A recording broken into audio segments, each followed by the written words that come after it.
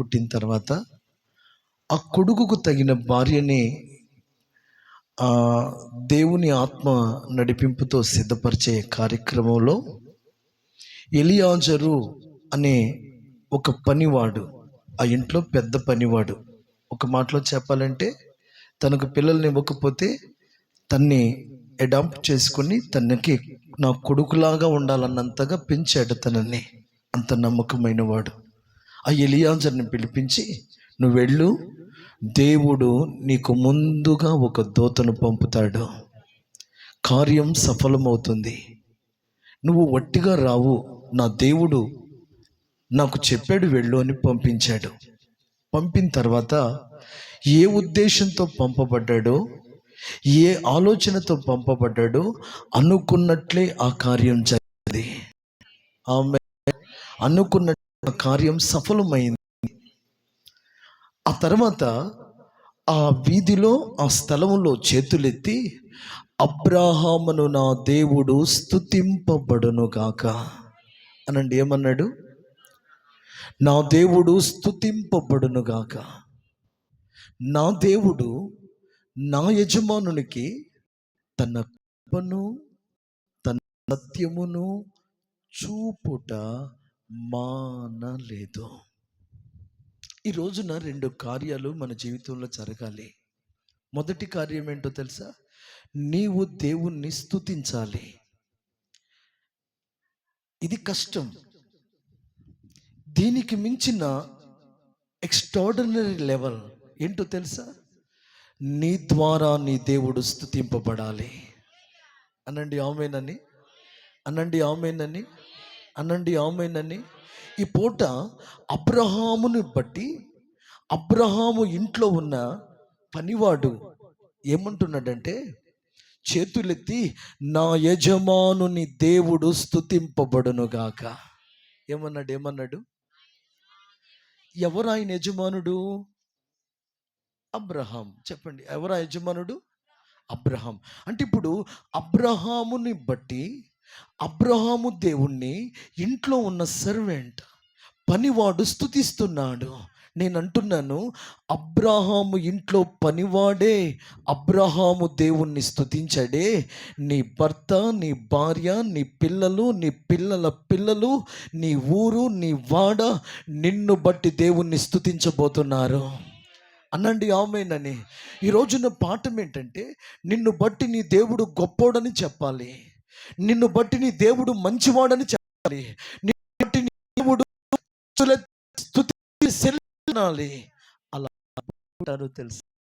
నీ దేవుణ్ణి స్తుతించినప్పుడు నువ్వే సణిగావనుకో, నువ్వే గొణిగావనుకో, నువ్వే దేవుణ్ణి ఆయాసపడ్డావనుకో, నీవే దేవుని మీద బాధ పెట్టుకున్నావనుకో, నిన్ను బట్టి ఎవరైనా దేవుణ్ణి స్తుతిస్తారా? చెప్పండి, స్తుతిస్తారా? ఇప్పుడు అబ్రహాము దేవుణ్ణి స్తుతించువాడు కనుక అబ్రహాము పనివాడు కూడా దేవుణ్ణి స్తుతించాడు. అసలు దేవుడు మనల్ని మూల మనము ఆయన్ని స్తుతించాలి. ఆయనను స్తుతించే ఒక సంతతితో మనం మన ప్రాంతాన్ని నింపాలి. ఈ రోజున వట్టిగా దేవుణ్ణి మనం స్తుతించలేం. ఏదో పాటలతోనో, ఏదో నేర్చుకున్న వాటితోనో స్తుతించలేం. అబ్రహాముని బట్టి అబ్రహాము దేవుడు స్తుతింపబడ్డా, అవమానపరచబడ్డా? Very good. ఏం చేయబడ్డాడయ్యా? అంటే గొప్పోడురా దేవుడు, స్తుతించబడ్డమంటే దేవుడు మంచోడేరా, దేవుడు న్యాయవంతుడేరా, దేవుడు ఏదైనా కార్యాలు చేసేవాడేరా అన్నంతగా దేవుడు అబ్రహాము ద్వారా, అబ్రహాము పనివాడైన ఎలియాజర్ ఘనపరచటానికి కారణం కూడా చెప్తున్నాడు. ఏం కారణం చెప్తున్నాడో తెలుసా? అబ్రహాము దేవుడట కృపను, సత్యమును చూపుట మానలేదట. అంటే అబ్రహాము జీవితంలో దేవుడు ఏది చేశాడో దానిని తన పనివాడు చూస్తున్నాడు. ఇప్పుడు పాఠం ఏంటో తెలుసా? నీ జీవితంలో దేవుడు చేయబోయే కార్యాలను, చేసిన కార్యాలను మనం కన్నులారా చూడాలి. చెయ్యకముందు చూడాలి, చేసిన తర్వాత మనతో ఉన్నవారు చూడాలి. అనండి ఆమేనని. కార్యాలు జరగలేదు, కానీ విశ్వాసంతో నువ్వు చెప్పాలి, నా దేవుడు నా కోసం నా ఆశలు తీర్చే కృపగల కార్యాలు చేయబోతున్నాడు, నా అవసరాలు తీర్చే సమృద్ధిని ఇవ్వబోతున్నాడు, నా వేదనను తీర్చే ఆదరణకరమైన వార్త ఇవ్వబోతున్నాడు. అంటే నీ దేవుడు నీ కొరకు ఘనమైన కార్యాలు చేయగలవాడని నీవు ఒప్పుకొని నీవు దేవుణ్ణి మనసారా స్తుతించాలి. ఇక్కడ చూడండి, అబ్రహాము పనివాడు ఏమన్నాడంటే, అబ్రహాము మీద దేవుడు ఏది చూపాడో దాన్ని చూస్తున్నాడు. ఏం చూపించాడంట? Very good. మా సహోదరులు మాట్లాడలా. ఏం చూపించాడట? కోపాన్ని, ఆవేశాన్ని, కృపని. ఎవరు చూపారు?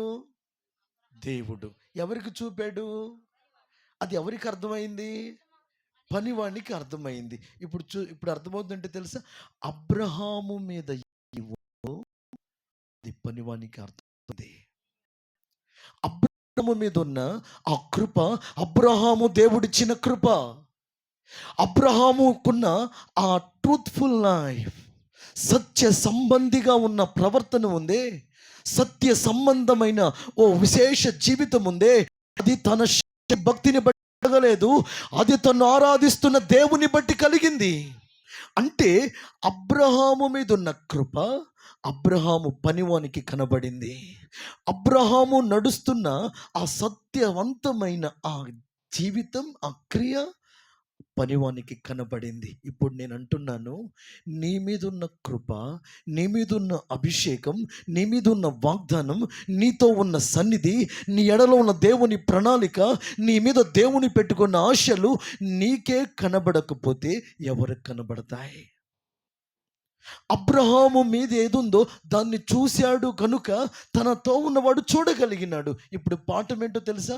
అయ్యా, మా పిల్లలు ఎప్పుడు మారుతారయ్యా, మా భర్త ఎప్పుడు మారుతాడయ్యా, మా పరిస్థితులు ఎప్పుడు మారుతాయ్యా, మేము పైకి రాగలమా లేదయ్యా, మా పిల్లలు వస్తారా అయ్యా, రా రా రా అంటే రావట్లేదయ్యా, నమ్ముకో అంటే నమ్ముకోవట్లేదయ్యా, దిగయ్య అంటే దిగట్లేదయ్యా అని నువ్వు అంటావు.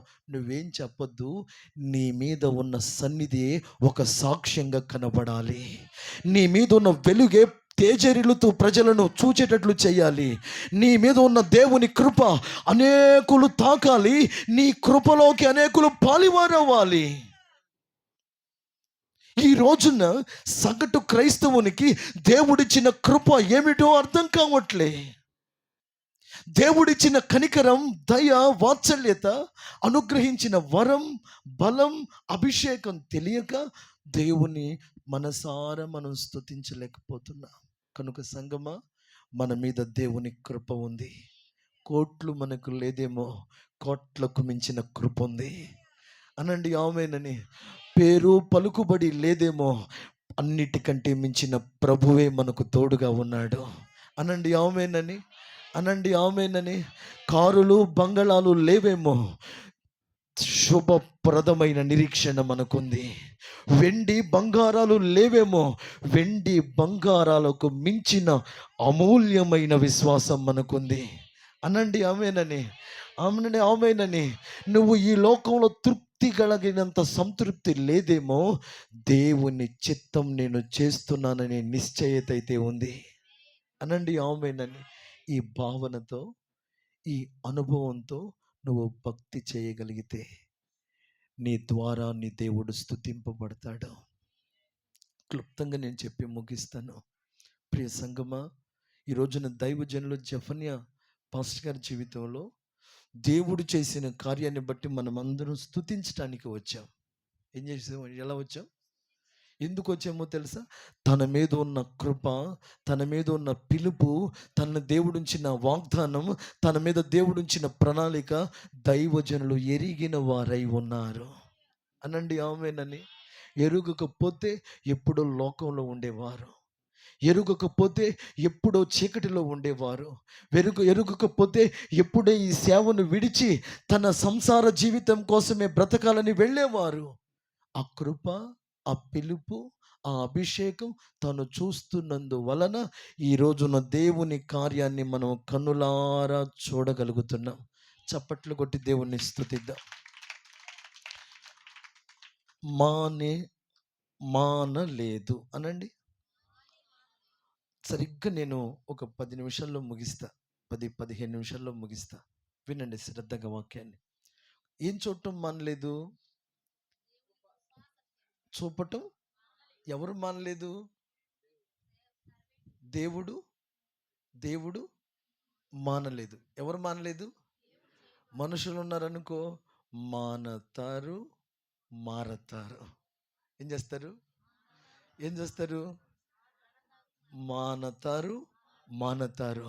నా దేవుడు నిన్ను ప్రేమించటం ప్రారంభించాడా, అంతం వరకు ప్రేమిస్తాడు. కొట్టు చప్పట్లో. నీ చెయ్యి పట్టుకున్నాడా, నిన్ను చివరి వరకు విడువని దేవుడై ఉన్నాడు. నిన్ను ఎడల దేవుడు తన ప్రణాళిక రచించాడా, పక్కకు వెళ్ళిన కుదిర్చి తిన్నని దారిలోకి నడిపించి తన ఉద్దేశాలు యావత్తు నీ జీవితంలో నెరవేరుస్తాడు. నీవు నమ్ముకున్న దేవుడు, నీకు ఆధారమైన దేవుడు మానే దేవుడు, మారే దేవుడు కాదు. నిన్న నేడు నిరంతరం మార్పులేని దేవుడై ఉన్నాడు. నిన్ను క్షమించటం ప్రారంభించాడా, అన్నిటినీ క్షమిస్తాడు. కొట్టండి చప్పట్లు గట్టిగా. హల్లెలూయా. నీకు సహాయం చేయటానికి చేతులు చాపటం ప్రారంభించాడా, సర్వ సమృద్ధి కలుగునట్లు తిని తృప్తి పొంది మిగిలి అనేకులు పాలి వారగునట్లు దేవుడు నిన్ను నిండుగా దీవిస్తాడు. అనండి ఆమేన్. కాబట్టి మన దేవుడు అలాంటి మహోన్నతమైన దేవుడు అబ్రాహాముతో ఉన్నాడని అబ్రహాము గ్రహించాడు. ఈ రోజున పాఠం ఒకటే, నీ మీద ఉన్న కృప నువ్వు చూడాలి. నీ మీద దేవుడు ఉంచిన సన్నిధిని నువ్వు చూడాలి. ఏముందిలే నాకు అనొద్దు. దేని వైపో ఎవరి వైపో చూసి నాకు అది లేదు, నాకు ఇది లేదు, నాకు విలువ లేదు, నాకు ధనం లేదు, నాకు పొలం లేదు, నాకు అది లేదు ఇది లేదని ఉన్న కృపను చులకనగా చేసుకోకు. ఉన్నంత మాత్రాన కృప ఉందని కాదు, లేనంత మాత్రాన కృప లేదని కాదు. నీ జీవితపు అనుభవంలో కృపాసహితమైన ఆ భక్తిని నువ్వు ఆస్వాదించాలి. ఈరోజున మొదటి పాఠం, అబ్రహాము మీద ఉన్న కృప తన దాసునికి కనబడిందా కనబడలేదా? కనబడిందా లేదా? కనబడిన దాన్ని బట్టి స్తుతిస్తున్నాడా, కనబడని దాన్ని బట్టి స్తుతిస్తున్నాడా దాసుడు? కృప కనబడుతుంది. ఆమేన్. నేను అంటాను, మీరు ఆమేన్ అనాలి. నీ మీద ఉన్న కృప నీ ఇంట్లో ఉన్న వారికి కనబడును గాక. నీ మీద ఉన్న కృప నీ ఇంటి వెనకమాలలో కనబడును గాక. నీ మీద ఉన్న కృప నీ మీద కాలెత్తి చూసి తొక్కాలనుకునే వారికి కనబడును గాక. నీ మీద ఉన్న కృప నీ మీద కన్నెర్ర చేయు వారికి కనబడును గాక. నీ మీద ఉన్న కృప నీ కీడు కొరకు కనిపెట్టుకున్న వారికి కృపే కనబడును గాక. నీ నాశనం కొరకు వేచి ఉన్న వారికి నీ మీద ఉన్న కృప ప్రభావం ప్రత్యక్షమగును గాక. నీ మీద ఉన్న కృప విడువనిదై ఎడబానిదై చాలినదై నీ జీవితానికి నడిపించును గాక. అది జనులు కన్నులారా చూచుదురుగాక. ఆమేన్. ఇతడు కృప కలిగిన వాడు, ఇదిగో ఈమె కృప కలిగినది. ఈమె మాత్రమే కాదండి, వీరి పిల్లలు దేవుని కృప పొందుకున్నవారు. అనండి ఆమేనని, అనండి ఆమేనని, అనండి ఆమేనని అని సాక్ష్యం చెప్పే విధంగా ప్రియ తల్లిదండ్రులారా, ఈ కృపను కాపాడుకోండి. కాపాడుకున్న కృపను మీ పిల్లలకి ఇవ్వండి. అందుకే మొదటి పాఠం, నీ మీద ఉన్న కృప కనబడాలనంటే అబ్రహాము మీద ఉన్న కృప దాసునికి కనబడింది కదా. ఆ కనబడిన కృపను బట్టి స్తుతిస్తున్నాడు కదా. నా యజమానుని దేవుడు స్తుతింపబడాలనుకుంటున్నాడు కదా. ఈరోజు ఒక కసితో కూడిన కోరిక, మన ద్వారా మన దేవుడు అవమానపరచబడకూడదు. మన ద్వారా మన దేవుడు తక్కువ చేయబడకూడదు. మన ద్వారా మన దేవుడు నిందింపబడకూడదు. మన ద్వారా మన దేవుని ఘనత, మహిమ, ప్రభావం విస్తరించాలి. అన్ని జనుల మధ్యలో దేవుని నామం దూషింపబడకూడదు, అది ఘనపరచబడాలి. అనండి ఆమేనని. అది ఎవరి ద్వారా సాధ్యం అంటే దేవుని కృపను అనుభవించు వారి ద్వారానే సాధ్యం. మొదటి పాఠం, ఎలా అబ్రహాం మీద కృప కనపడిందంటే 3 మాటలు చెప్పి నేను ముచ్చటగా ముగిస్తా. నా వెనుక దైవజనులు ఉన్నారు. మిమ్మల్ని ఆ సమయానికి ముగించటానికి మేము సిద్ధపడి ఉన్నాం.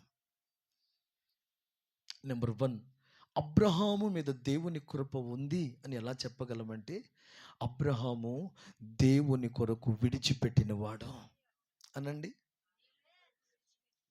కృప ఉన్నవాడు విడిచిపెడతాడు అనండి. ఏం చేస్తాడు అంటే, దేవుడు ఇల్లు వదిలిపెట్టమన్నాడు, ఊరు వదిలిపెట్టమన్నాడు, దేశాన్ని వదిలిపెట్టమన్నాడు. ఇల్లు వదులుతాను, ఊరు వదలనలే. ఊరైతే పెడతా, దేశాన్ని వదలనలే. దేవుడు ఇల్లు వదలమన్నాడా, గ్రామం వదలమన్నాడా, దేశం వదలమన్నాడా అని ఇల్లు, గ్రామం, ఊరు, దేశం చూడలే. విడిచిపెట్టమన్న ఒక్క మాటే పట్టుకున్నాడు. Whatever it's maybe. విడిచిపెట్టమన్నది ఏది అనేది ఆయన దృష్టి కాదు, విడిచిపెట్టమన్నాడు అన్నదే అతని పాఠం. విడిచిపెట్టమన్నాడు, ఏదైనా విడిచిపెడతాడు. విడిచిపెట్టమన్నాడు, ఏదైనా విడిచిపెడతాడు. అంటే దేవుని కృప ఉన్నవాడు దేవుడు విడిచిపెట్టమన్నది ఏదైనా ఈజీగా, సులువుగా వదిలిపెట్టేస్తాడు. అతనికి అది ఒక టఫ్ టాస్క్ కాదు, క్లిష్టమైన, జటిలమైన, బహు ఇరుకైన సమస్య కాదు. విడిచిపెట్టమన్నది భారమైన, బరువైన, ప్రేమించేదైనా, అది కష్టతరమైనదైనా, సులువైన, ఆయన విడిచిపెట్టమనగానే అబ్రహాము అడుగులు వేస్తూ విడిచిపోతూనే ఉంటాడు. కొట్టండి చప్పట్లు గట్టిగా. ఈ రోజున పాఠం ఏంటో తెలుసా? నీ మీద ఉన్న కృప ఎలా కనబడుతుందంటే, నీవు దేవుడు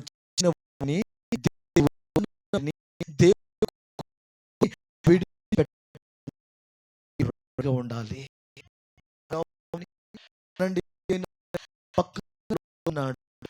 పెట్టమంటే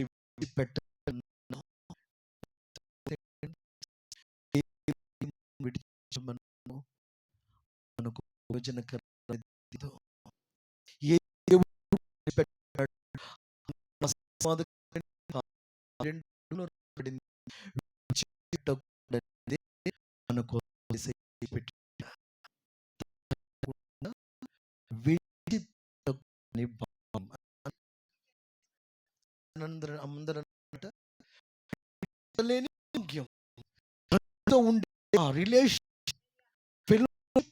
విడిచిపెట్టది, కానీ ఆయన విడిచిపెట్టండి అంటే విడిచిపెట్టుకోవడానికి కోసం పెట్టిన వాడు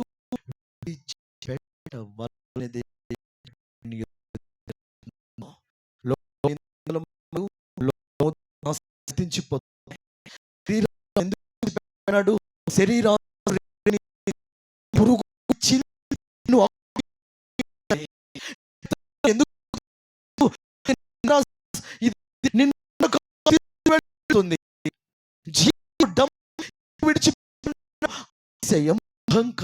నిన్ను కృపం చేస్తూ విడిచిపెట్టున్నాడు. నీ మీద విడిచిపోకూడదు గట్టిగా హల్లెలూయా. కాబట్టి నీవు ఏది కొరకు విడిచిపెట్టావు? వింటున్నారు, రక్షణ పొందుతున్నారు, మనతో మాట్లాడుతూ ఉంది, దేవుని ఆత్మ మనతో వాదిస్తూ ప్రేరేపిస్తూ ఉంది. విడిచిపెట్టవలసిన వాటిని ఇక నీవు తడవ చేయొద్దు. అబ్రహాం మీద ఉన్న కృప ఏంటో తెలుసా? విడిచిపెట్టడానికి ఇష్టపడ్డవాడు. విడిచిపెట్టుటయే కృప అనండి. రెండవది, పొందుకొనుటయే కృప. చెప్పండి, ఏంటి కృప? 21వ అధ్యాయంలో మనం చూస్తాం, అబ్రహాము దేవుడు నిండు వృద్ధాప్యంలో ఇస్సాకునిచ్చాడు. రోమా 4:20 చూస్తాం మనం. అవిశ్వాసం వలన బలహీనుడు కాక వాగ్దానం చేసిన వాడు దాన్ని నెరవేర్చుటకు సమర్థుడని విశ్వాసం వలన అబ్రహాము బలం పొందుకున్నాడు. ఇప్పుడు చెప్పండి, ఇస్సాకుని అబ్రహాముకి ఇచ్చింది ఎవరు? దేవుడే ఇచ్చాడు. ఇప్పుడు ఈ రోజున తన దాసులు, దైవజనులు జెఫన్యా గారికి, తన దాసురాలకి ఆ ఇస్సాకునిచ్చినట్లే చాలా గ్యాప్లో దేవుడు చక్కటి కుమార్తెనిచ్చాడు. ఇచ్చుట అంటే దేవుని యొద్ద నుంచి పొందటమే కృప అనండి. విడిచిపెట్టటమే కృప అనండి. రెండు, పొందుకొనుటయే కృప. నేను చెప్తున్న సువార్త ఏంటో తెలుసా? మీకు కావలసినవన్నీ దేవుడు ఇచ్చే దేవుడై ఉన్నాడు. అనండి ఆమేనని. అనండి ఆమేనని. ఈ మానవాళంతటికీ కావలసిన దానిని భూమిలో దాచిపెట్టి ఇచ్చాడు. భూమి పైన దాచిపెట్టాడు, ఆకాశంలో దాచిపెట్టాడు. సగటు కామన్ పీపుల్కే కావలసిన అవసరాలన్నీ ఇచ్చుచున్న దేవుడు నీకు కావలసిన ఆత్మ సంబంధమైన ప్రతి ఈవులు ఇచ్చే దేవుడై ఉన్నాడు. ఆయన మాత్రమే రక్షణ ఇవ్వగలిగిన వాడు, ఆయన మాత్రమే నిరీక్షణ ఇవ్వగలిగిన వాడు, ఆయన మాత్రమే అభిషేకం ఇవ్వగలిగిన వాడు, ఆయన మాత్రమే శాంతి సమాధానం ఇవ్వగలిగిన వాడు. ఈ రోజున నీకేదైనా కావాలి అని అంటే అది నువ్వు మనుషుల వైపు నుంచి చూడొద్దు, దేవుని వైపే చూడాలి. నీకు దేవుడే ఇవ్వాలి. దేవుడు సంఘ ఆత్మలకు కావలసిన మన ఉపదేశాన్ని దేవుడిచ్చునుగాక. దేవుడు నీకు ఆత్మలను ఇచ్చాడా, ఆరాధించడానికి కావలసిన ఇలాంటి విశాలమైన మందిరం ఇచ్చునుగాక. దేవుడు నీకు దర్శనం ఇచ్చాడా, దర్శనానికి తగిన ద్వారాలు తెరిచి కార్యాలు ఆయనే చేయునుగా. దేవుడు నీకు ఇచ్చాడా, మంచి బతును కూడా ఇచ్చునుగా. పొలం ఇచ్చాడా, విత్తనం తగిన పంట దేవుడు ఇచ్చునుగాక. అనండి ఆమేనని. అనండి ఆమేనని. కాబట్టి రెండవ పాఠం ఏంటో తెలుసా? ఏదైనా నాకు దేవుడే ఇవ్వాలి, దేవుని యొద్ద నుంచే నేను పొందాలి. సముద్రంలో సంచరించు జీవులైనా ఆకాశ పక్షులైనా ఆయన చేతిలో నుండే ఆహారాన్ని తీసుకోబోతున్నాయి. ఈ రోజున నీ పోరాటం, నీ ఆరాటం నా దేవుడే ఇవ్వాలి. దేహం ఇచ్చిన వాడు వస్త్రాన్ని ఇచ్చే దేవుడై ఉన్నాడు. అనండి ఆమేనని. ఆకలినిచ్చిన వాడు ఆహారం ఇచ్చే దేవుడై ఉన్నాడు. అనండి ఆమేనని. భారం ఇచ్చిన వాడు కార్యాలు కూడా చేసే దేవుడై ఉన్నాడు. కనుక డోంట్ వరీ, మనకిచ్చే దేవుడున్నాడు. ఆయన యొద్ద నుంచి పొందుకునే కృప మన మీదకి రావాలి. నీ లేమి, నీ కరువు, నీ దరిద్రత తొలగిపోవాలి. నా పరిచర్యలో కూడా నేను ఇలా అనుకుంటూ ఉండేవాడిని.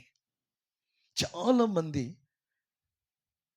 పరిస్థితి చూసినప్పుడు ఇంత భారంగా ఉన్నా, ఇంత యథార్థంగా ఉన్నా, ఒకరి వైపు చేతులు జాసి అప్పులు చేసి అడుక్కునే పరిస్థితి లేకపోయినా, కలిగిన దాంట్లో తృప్తిగా ఉండి దేవుని మీద ఆధారపడుతూ ఉన్నా,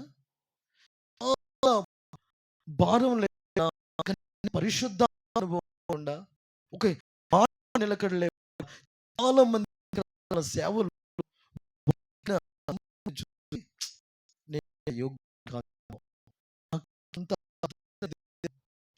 ఇంకా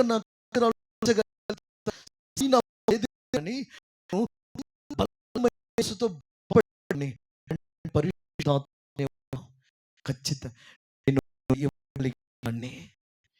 ఏదైనా ఇవ్వగలిగిన నేను ఏదైనా ఒక టైంకి ఇస్తా అనేవాడు.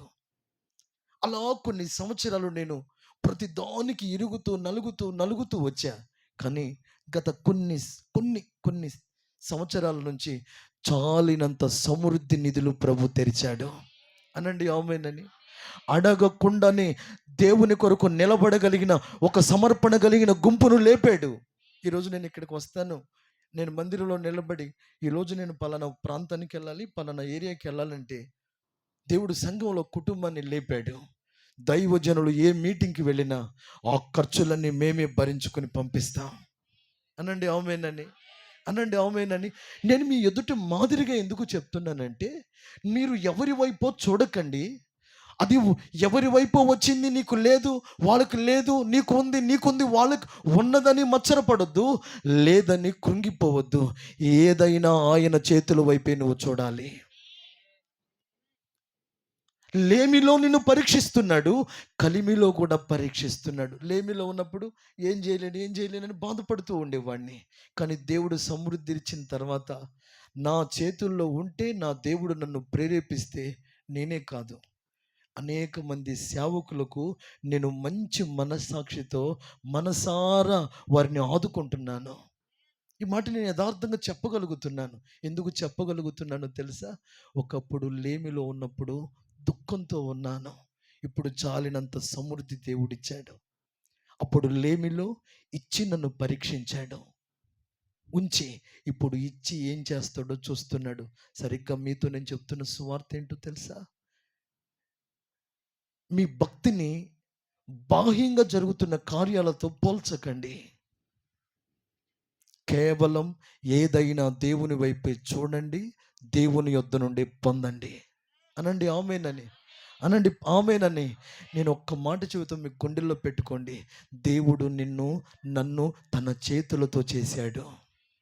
కలుగునుగా కానీ మాటతో పలకలే, నడుము వంచాడు, మట్టి తీశాడు, చేతులతో కలిపాడు, రూపం, ప్రాణం, ఊపిరి, ఆత్మ పోసి తన ఎదుట నిలబెట్టాడు. మన ఉనికి ప్రారంభమైంది ఆయన చేతిలో. ఈ జీవం కొనసాగాలంటే ఆ చేతుల్లో నుండే మనం పొందాలి. మన జీవితం ప్రారంభమైంది ఆ చేతుల్లోనైతే ఇది కొనసాగాలంటే కూడా నీకు ఆయన చెయ్యి సహాయం చేయాలి. మనుషులు చేయి పట్టుకుంటారు, జారుస్తారు, నెత్తిన చేతులు పెడతారు, ఆ తర్వాత కాళ్ళు పెట్టుకుని గుంజుతారు. నేనంటున్నాను, నిన్ను చేయి పట్టుకున్నాడా నా దేవుడు, చేతులు చాచి ఆదుకుంటున్నాడా నా దేవుడు. నీ చేతులు అనేకులు ఇచ్చినట్లుగా నా దేవుడు చేయగలడు. కరువులో, కన్నీళ్లలో, ఇబ్బందుల్లో, శ్రమలో, పరిచర్యలో ఉండి అనుభవిస్తున్నారా, కుటుంబాల్లో ఉండి అనుభవిస్తున్నారా? Don't worry. ఆకాశమందుండి చేతులు చాపే దేవుడు ఉన్నాడు. తన ప్రజలను చేతులు చాపుతాడు, ఆగాధ రాశిలో నుంచి లేపుతాడు ఆయన. మనుషుల వైపు చూడకండి, బంధువుల వైపు చూడకండి, రాజకీయ నాయకుల వైపు చూడకండి. ఆదుకుంటాంలే, ఉన్నాములే అని భరోసా ఇచ్చే వారి వైపు చూసి బాధపడకండి. ఏదైనా నీకు ఆయన యొద్ద నుంచే వచ్చునుగాక, ఏదైనా ఆయన యొద్ద నుండే పొందుకుందుముగాక. అలా పొందుకున్న ఆ కృప నా మీద, మన మీద, ఇక్కడున్న దైవజనులందరి మీద, మన ఇళ్ల మీద, మన గ్రామం మీద, మన దేశం మీద దిగి వచ్చునుగాక. అనండి ఆమేనని. మూడవ మాట చెప్పి ముగిస్తాను. విడిచిపెట్టడం కృప, పొందుకోవటం కృప, ఇవ్వటం దేవుని కృప. 21వ వచనంలో పొందుకున్నాడు, 22వ వచనంలో అధ్యాయంలో ఇచ్చాడు. ఎన్నో అధ్యాయంలో పొందుకున్నాడు? 22లో అనండి, 21లో పొందుకున్నాడు, 22లో ఇంక మధ్యలో ఏమైనా ఉందా? వెయిటింగ్ టైం ఏమైనా ఉందా? లేదు. సువార్త ఏంటో తెలుసా? ఎంతగా పొందుకోవటం కృప అయితే అంతగా ఇవ్వటం కూడా దేవుని కృప. సజీవ యాగంగా మీ దేహాలను ఇవ్వండి. దేవుని సన్నిధిలో గడుపునట్లు మీ సమయాన్ని ఇవ్వండి. దేవుని కోసం మీరు మంచి సాక్ష్యాన్ని సమాజానికి ఇవ్వండి. ఇచ్చుటయే దేవుని కృప. దేవుని వాక్యం చెప్తుంది, వెనుదీయలేదట. పొందుకోవటానికి ఉండే ఆరాటం చాలామందికి ఇవ్వటానికి ఉండదు. ఇచ్చినప్పుడు కృతజ్ఞత సాక్ష్యాలు చెప్తారు. పొందుకున్న దేవుని దగ్గర నుంచి రిసీవ్ చేసుకున్నప్పుడు ఎలా మీరు పొందుకున్నప్పుడు సాక్ష్యం చెప్పారో, ఇవ్వటం అనేది మీరు చెప్పకుండానే ఒక సాక్ష్యంగా వ్యాపించాలి. మీరు కడుపారా తిని ఇంకా తిని ఉండమని కాదు, నీ సమృద్ధి అనేకులకు దీవెనగా మారాలి. ఇవ్వండి, మీ టైం ఇవ్వండి, మీ భారాన్ని ఇవ్వండి, మీ కన్నీళ్ళని ఇవ్వండి, మీ కోరికలను ఇవ్వండి. మీకు ఇవ్వబడిన ప్రతి దాన్ని దేవునికి ఇవ్వండి. ఇచ్చుట వలన మీ కృప వెల్లడి అవుతుంది.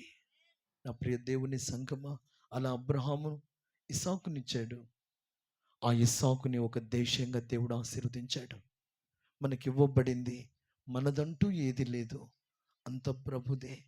దేహం ప్రభు ఇచ్చాడు, ప్రాణం ప్రభు ఇచ్చాడు, ఆత్మ ప్రభు ఇచ్చాడు, ఆయుష్ కాలం ప్రభు ఇచ్చాడు. ప్రభు ఇచ్చి పంపింది మనం ప్రభు కృపతో ఇవ్వాలనే. నీ మీద ఉన్న ఆ దైవీకమైన అనుభవాలు ఎవరికైనా నువ్వు షేర్ చేయాలి. నీ భక్తి మాటల్లో ఇచ్చేదయ్యే మాత్రమే ఉండకూడదు, మరచిపోలేని ఏదో ఒక ఆ డివైన్ ప్రజెన్స్. నీవు దేవుని యందు భయభక్తులు గలవాడవు, దేవుని యందు భయభక్తులు కలిగిన దానవు, నీవు విధేయత గలవాడవు, నీవు నమ్మకం గలవాడవు, నీవు సమర్పణ గలవాడవు అనే ఈ సాక్ష్య సంబంధమైన అనుభవాలు నీవు ప్రభువుకి ప్రజెంట్ చేయాలి. నీ దేవుని సన్నిధిలో నేర్చుకున్న భక్తి ఒక సమర్పణగా సమాజానికి ఇవ్వాలి. అలా ఇవ్వగలిగితే నా దేవుని కృప ప్రత్యక్షమవుతుంది. అనండి ఆమె. నాలుగు గోడల మధ్యలో, దైవారాధనల మధ్యలో, దైవజనుల నడిపింపు మధ్యలో, పరిశుద్ధాత్మ నింపుదల మధ్యలో ఏది మనం పొందుకుంటున్నామో సమాజానికి మనం అది ఇవ్వగలిగితే ఖచ్చితంగా మన ఎడల ఉన్న కృప విస్తరిస్తుంది. మూడు మాటలు. మనం కృప పొందుకున్న వారు, మన మీద ఉన్న కృప మనం గమనించాలి. ప్రతి చిన్నదానికి ఈజీగా సులువుగా సణుగుకుంటూ కొనుక్కుంటూ నీ జీవితాన్ని నువ్వు తొక్కు పెట్టుకోవద్దు. మనం దేవుని కృప కలిగిన జనులై ఉన్నాం. కృప పొందుకున్న నీ మాటలో, కృపాసహితమైన సంభాషణలో, కృప పొందుకున్న మనలో, కృప పొందుకున్న వారికి తగిన అనుభవాలు మనం కలిగి, ఒకటి దేవుడు కొరకు విడిచిపెట్టేవారిగా, రెండు దేవుని యొద్ద నుండి పొందుకునేవారిగా, దేవునికి ఇచ్చేవారుగా మనం మారాలి. దేవుడు తన దాసులకి ఓ చక్కటి కుమార్తెనిచ్చాడు. ఆమేన్, ఆమేన్. వారు ప్రభువు కోసం ఆ బిడ్డను కృపతో పెంచి ఒక ఉన్నతమైన కానుకగా ప్రభు సన్నిధిలో ఉంచుదురుగాక. మీ పిల్లలు కూడా దేవుడు ఇచ్చిన బహుమానాల్ని అవమానానికి కారణంగా మారకుండా, మన ఇళ్లలో బహుమానాన్ని ఇంట్లో ఎంటర్ అవ్వగానే అందరు ఎలా చూడాలని దృష్టించి చేస్తామో, మనకి దేవుడు బహుమానంగా ఇచ్చిన వారిని దేవుని సన్నిధిలో భద్రపరిచి విలువగా పెంచి ఘనతగా ఉండేటట్లు కృప మనందరికీ కలుగునుగాక. అలా చిన్న కళ్ళు మూసుకోండి. దైవజనులు వాక్యం అందించడానికి సిద్ధంగా ఉన్నారు.